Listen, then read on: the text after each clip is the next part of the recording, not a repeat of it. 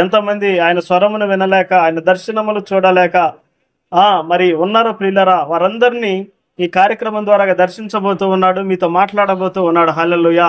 మీరు కూడా ఆ నమ్మకాన్ని, ఆ ధైర్యాన్ని, ఆ విశ్వాసాన్ని కోల్పోవకండి. మరి అలాగే నీవు ఈ లోకములో నివసిస్తూ ఉన్నప్పుడే, జీవిస్తూ ఉన్నప్పుడే నువ్వు నిశ్చయముగా నువ్వు ఒక ధైర్యమును కలిగి ఉండాలి. ఏం ధైర్యం అంటే అది, నేను ఎప్పటికిప్పుడు చనిపోయినా కూడా నా దేవుని రాజ్యములో ఉండగలను, నివసించగలను అని.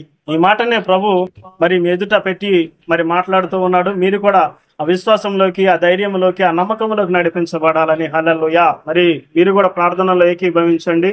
ఈ రాత్రికాల సమయంలో మరి మీరు ఎటువంటి శ్రమల్లో ఉన్నా, నిందల్లో ఉన్నా, అవమానాల్లో ఉన్నా, ఏ రోగముతో ఉన్నా, ఏ శాపముతో ఉన్నా, ఎటువంటి సమస్యను మీరు ఎదుర్కొంటున్నా, పరిశుద్ధుడా, ప్రేమగల తండ్రి, సర్వోన్నతుడా, గొప్ప దేవ, మహోన్నతుడా, నీ బలమైనటువంటి కార్యములకు స్తుతులు, స్తోత్రములు నాయన.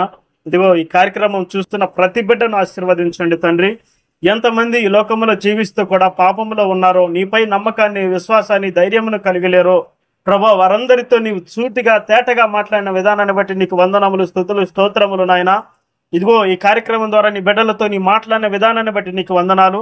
ఈ యొక్క వాక్యాన్ని నీరు కట్టి ఫలింప చేయండి ప్రభా.